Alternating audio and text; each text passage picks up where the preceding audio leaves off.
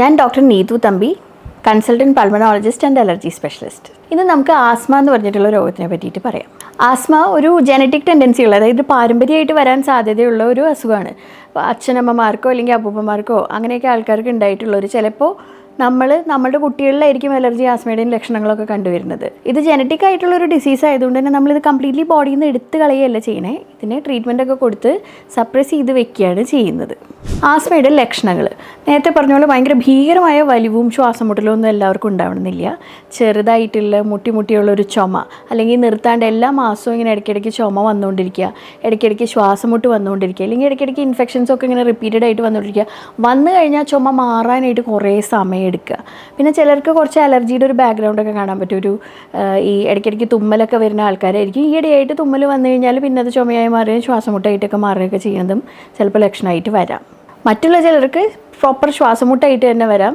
നെഞ്ചിൽ ഭാരം വെച്ച പോലെയുള്ളൊരു ഫീലിംഗ്, അല്ലെങ്കിൽ നമുക്ക് ഒന്നും ചെയ്യാനുള്ളൊരു എനർജി ഇല്ലാത്ത പോലെ, കുറച്ചെന്തെങ്കിലും ഒരു കാര്യങ്ങൾ ചെയ്യുമ്പോഴേക്കും പെട്ടെന്ന് ടയേർഡായി പോണ പോലെയുള്ളൊരു ഫീലിംഗ് ഒക്കെ ആയിട്ടായിരിക്കും വരിക. ശരിക്കും ആസ്മ എന്ന് പറയുമ്പോൾ ഉള്ളിൽ എന്താ സംഭവിക്കുന്നത്? നമ്മുടെ ശ്വാസക്കുഴലുകളെ ബാധിക്കുന്ന ഒരു അസുഖമാണ് ആസ്മ. ശ്വാസക്കുഴലുകളുടെ ഉള്ളിൽ ഒരു നീരുവീഴ്ച ഉണ്ടാവുക, അല്ലെങ്കിൽ ഒരു ഇൻഫ്ലമേഷൻ ഉണ്ടാവും.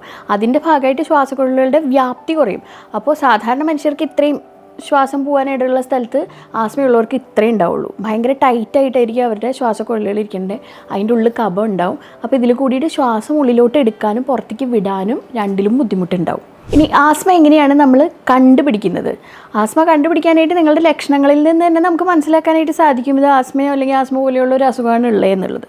പക്ഷേ ഒബ്ജക്റ്റീവായിട്ട് നമുക്കൊരു ടെസ്റ്റിലൂടെ കണ്ടുപിടിക്കാനായിട്ട് ചെയ്യുന്നതാണ് പൾമണറി ഫങ്ഷൻ ടെസ്റ്റ്, സ്പൈറോമെട്രി എന്ന് പറഞ്ഞിട്ടുള്ളൊരു ടെസ്റ്റ്.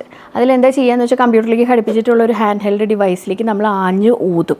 അപ്പോൾ നമ്മൾ ലങ്ങിൻ്റെ കപ്പാസിറ്റി, നമ്മൾ ഊതുന്നതിൻ്റെ ആ ഒരു ഫോഴ്സ്, ഇതൊക്കെ ആ കമ്പ്യൂട്ടർ റെക്കോർഡ് ചെയ്യും. അതിൻ്റെ ആ ഗ്രാഫിൻ്റെ ഷേപ്പിൽ നിന്നും അതിൽ നിന്നുള്ള വാല്യൂസ് എന്നൊക്കെ നമുക്ക് കറക്റ്റായിട്ട് ആസ്മ പോലെയുള്ള എന്തെങ്കിലും അസുഖങ്ങളുണ്ടോ എന്ന് മനസ്സിലാക്കാനായിട്ട് സാധിക്കും. ആസ്മയോട് വളരെ ബന്ധപ്പെട്ട് കിടക്കുന്ന വേറെ സാധനമാണ് അലർജീസ്.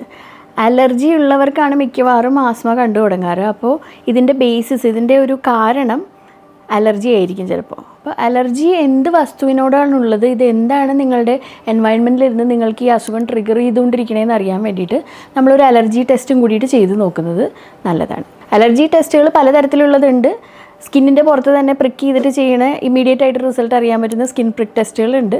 പിന്നെ അതുകൂടാണ്ട് ബ്ലഡ് കൊടുത്തു കഴിഞ്ഞ് കഴിഞ്ഞാൽ അറിയാൻ പറ്റുന്ന ബ്ലഡ് ടെസ്റ്റുകളും ഉണ്ട്.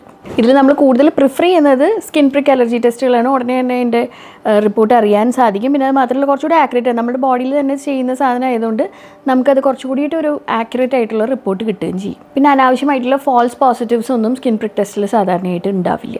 ഇനി എങ്ങനെയാണ് ആസ്മ ട്രീറ്റ് ചെയ്യുക? ഈ കാര്യം പറയുമ്പോഴാണ് പലപ്പോഴും ആളുകൾക്ക് ഭയങ്കര ഒരു വിഷമം അനുഭവപ്പെടുന്നത്. ഇൻഹെയിലറാണ് ആസ്മയുടെ ട്രീറ്റ്മെൻറ്റ്. ഈ ഇൻഹെയിലർ എന്ന് പറഞ്ഞ ഡിവൈസിനെ ഒരു ഭീകര ജീവിയായിട്ട് കാണേണ്ട ആവശ്യമൊന്നുമില്ല. അത് നമ്മൾക്ക് മരുന്ന് ശ്വാസകോശത്തിലേക്ക് എത്തിക്കാനായിട്ട് ഏറ്റവും എളുപ്പമുള്ള ഒരു വഴി എന്നുള്ള നിലയ്ക്ക് മാത്രമാണ് ഒരു ഡിവൈസായിട്ട് നമ്മളതിനെ ഉപയോഗിക്കുന്നത്. നെബുലൈസേഷനിലും ഇൻഹെയിലറിലും ഒക്കെ ഉപയോഗിക്കുന്നത് സെയിം മരുന്നുകൾ തന്നെയാണ്.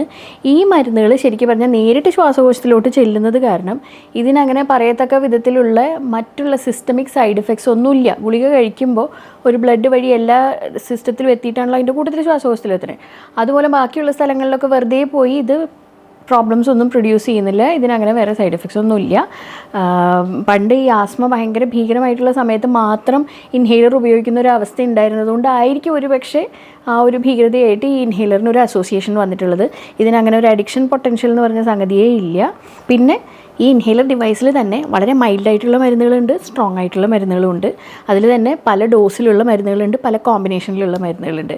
അപ്പോൾ ചെറിയ ചെറിയ അസുഖങ്ങൾക്ക് നമ്മൾ ചെറിയ ഡോസിലുള്ള ഒറ്റ മരുന്നുകളൊക്കെ ആയിട്ടാണ് ഉപയോഗിക്കുക. കൂടുതൽ ബുദ്ധിമുട്ടുള്ള ആൾക്കാർക്ക് നമ്മൾ കൊടുക്കുന്നത് കൂടുതൽ ഡോസുള്ളതും കൂടുതൽ കോമ്പിനേഷൻസൊക്കെ ഉള്ള മരുന്നുകളാണ്. അല്ലാണ്ട് ആ ഡിവൈസിനെ നിങ്ങൾ പേടിക്കേണ്ട യാതൊരു ആവശ്യമില്ല. ഇൻഹെയിലർ ഡിവൈസസ് ആണ് ആസ്മയുടെ ഏറ്റവും നല്ല ചികിത്സ. അതാണ് ഏറ്റവും പെട്ടെന്ന് ആക്ട് ചെയ്യുന്ന മരുന്നുകളും ഏറ്റവും പാർശ്വഫലം കുറവുള്ള ഒരു ചികിത്സാ രീതിയും. ഇൻഹെയിലർ കൊണ്ട് ഹാൻഡിൽ ചെയ്യാൻ പറ്റാത്ത രീതിയിലുള്ള ബുദ്ധിമുട്ടുകൾ വരുമ്പോഴാണ് നമ്മൾ ഇഞ്ചക്ഷൻസ് ആയിട്ടോ അല്ലെങ്കിൽ ടാബ്ലറ്റ്സ് ആയിട്ടോ ഒക്കെ മറ്റു മരുന്നുകൾ ആസ്മയ്ക്ക് തരുന്നത്. പാരമ്പര്യമായിട്ട് വരുന്ന ഒരു അസുഖമായതുകൊണ്ട് തന്നെ ആസ്മ ചില സമയത്ത് ചെറിയ കുട്ടികളിൽ മുതൽ ഇത് സ്റ്റാർട്ട് ചെയ്യാറുണ്ട്. പക്ഷേ ഈ അസുഖത്തിനെ പറ്റിയുള്ള ആളുകളുടെ ഒരു ടാബു മനോഭാവം അല്ലെങ്കിൽ ഒരു മുൻവിധിയൊക്കെ കാരണം ഈ അസുഖത്തിന് വേണ്ടതായ ചികിത്സ ചിലപ്പോൾ നേരത്തെ തന്നെ സ്റ്റാർട്ട് ചെയ്യാണ്ടിരിക്കും. അതിൻ്റെ അകത്തുള്ളൊരു ട്രാപ്പ് എന്താണെന്ന് വെച്ചാൽ അസുഖം നമ്മൾ ട്രീറ്റ് ചെയ്യാണ്ട് വിടുന്നിടത്തോളം ഈ അസുഖം മോശമാവാനുള്ള സാധ്യതയാണ് കൂടുന്നത്. നേരത്തെ പറഞ്ഞ പോലെ നമ്മുടെ ശ്വാസകോശത്തിൻ്റെ ഉള്ളിൽ ആ ഉള്ളൊരു തിക്നെസ് ഉണ്ടല്ലോ, ആദ്യമൊക്കെ മരുന്ന് കൊടുത്തു കഴിഞ്ഞാൽ ഇത് കംപ്ലീറ്റ് ആയിട്ട് റിവേഴ്സ് ആവും. അപ്പോൾ നമ്മൾ കംപ്ലീറ്റ്ലി നോർമലാവും ഈ മരുന്നുകളൊക്കെ എടുത്തു കഴിഞ്ഞാൽ ഇടയിലുള്ള സമയത്ത്. പക്ഷേ കൂടുതൽ നാൾ ഈ അസുഖം അങ്ങനെ നിൽക്കുന്നിടത്തോളം നമ്മൾ ട്രീറ്റ് ചെയ്യുമ്പോൾ കംപ്ലീറ്റ് ആയിട്ട് റിവേഴ്സ് ചെയ്യാനുള്ള ആ ഒരു അസുഖത്തിൻ്റെ ഒരു കപ്പാസിറ്റി കുറയണു. അതായത് നമ്മുടെ അസുഖം കൂടിക്കൂടി വരുന്നു, അതിൻ്റെ ഒരു ഭാഗം എപ്പോഴും ബോഡിയിൽ നിൽക്കുന്ന രീതിയിലേക്ക് മാറാൻ സാധ്യതയുണ്ട്. അപ്പോൾ ആസ്മയുടെ ലക്ഷണങ്ങൾ ഉണ്ടെന്ന് നിങ്ങൾ മനസ്സിലാക്കിയിട്ടുണ്ടെങ്കിൽ ഉടനെ തന്നെ അതിന് ചികിത്സ തേടണം. ചികിത്സയായിട്ട് ഒരു ഡോക്ടർ ഒരു ഇൻഹേലറൊക്കെ ഉപയോഗിക്കേണ്ട ഒരു അവസ്ഥ പറഞ്ഞിട്ടുണ്ടെങ്കിൽ അത് ഡെഫിനറ്റായിട്ട് ഉപയോഗിക്കണം. ബിക്കോസ് അത് നിങ്ങളുടെ നല്ലതിന് വേണ്ടിയിട്ടാണ്. ഈ അസുഖം പ്രോഗ്രസ് ചെയ്യാണ്ടിരിക്കാനായിട്ട് അത് സഹായിക്കുകയും ചെയ്യും. ഈ അസുഖത്തിനെ പറ്റിയിട്ടും അതിൻ്റെ ചികിത്സാ രീതികളെ പറ്റിയിട്ടും കുറേ തെറ്റിദ്ധാരണകൾ ആളുകളുടെ മനസ്സിലുണ്ട്. അപ്പോൾ ഈ ഒരു വളരെ സിമ്പിളായിട്ടുള്ള ഒരു മോഡേൺ മെഡിസിനിലുള്ള ഒരു മരുന്നിനെ ഒഴിവാക്കാൻ വേണ്ടി ആളുകൾ പല പല കാര്യങ്ങൾ ചെയ്യും. ഇതിൽ ഏറ്റവും തമാശയായിട്ട് കേട്ടിട്ടുള്ള സാധനമാണ് മീൻ വിഴുങ്ങിയാൽ ആസ്മ മാറും എന്നുള്ളത്. ഇതിലൊക്കെ എന്താണ് അതിൻ്റെ സയൻറ്റിഫിക് ബേസിസ്, അല്ലെങ്കിൽ ഇതെങ്ങനെയാണ് പുറപ്പെട്ടേ തുടങ്ങിയതെന്ന് തന്നെ നമുക്ക് പറയാനായിട്ട് സാധിക്കില്ല. പക്ഷേ ഇതിലൊക്കെ വളരെ എളുപ്പമുള്ള ചികിത്സാ രീതികൾ സുഖമായിട്ട് നമുക്ക് ചെയ്യാവുന്നത് അവൈലബിൾ ആണ്. ആസ്മയുടെ ഒരു പാരമ്പര്യമുള്ളൊരു ഫാമിലിയിൽ ആസ്മ കുട്ടികളിൽ പ്രിവെൻറ്റ് ചെയ്യാൻ എന്തെങ്കിലും ചെയ്യാൻ സാധിക്കുമോ എന്നൊരു ചോദ്യം വരാറുണ്ട്. അമ്മയ്ക്ക് ആസ്മ ഉണ്ടെങ്കിൽ അമ്മയുടെ ആസ്മ നല്ലോണം കൺട്രോൾ ചെയ്ത് വെച്ച് കഴിഞ്ഞാൽ ഗർഭസ്ഥ ശിശുവിന് ആസ്മ പിന്നീടുള്ള ലൈഫിൽ വരാനുള്ള ചാൻസ് കുറയും. പിന്നെ അതേപോലെ തന്നെ നമ്മളുടെ എൻവയൺമെൻറ്റിലുള്ള ഒരുപാട് പൊല്യൂട്ടൻസ് ആസ്മ അടുത്ത ജനറേഷനിൽ വരാനുള്ള സാധ്യത ഉണ്ടാക്കുന്നുണ്ട്.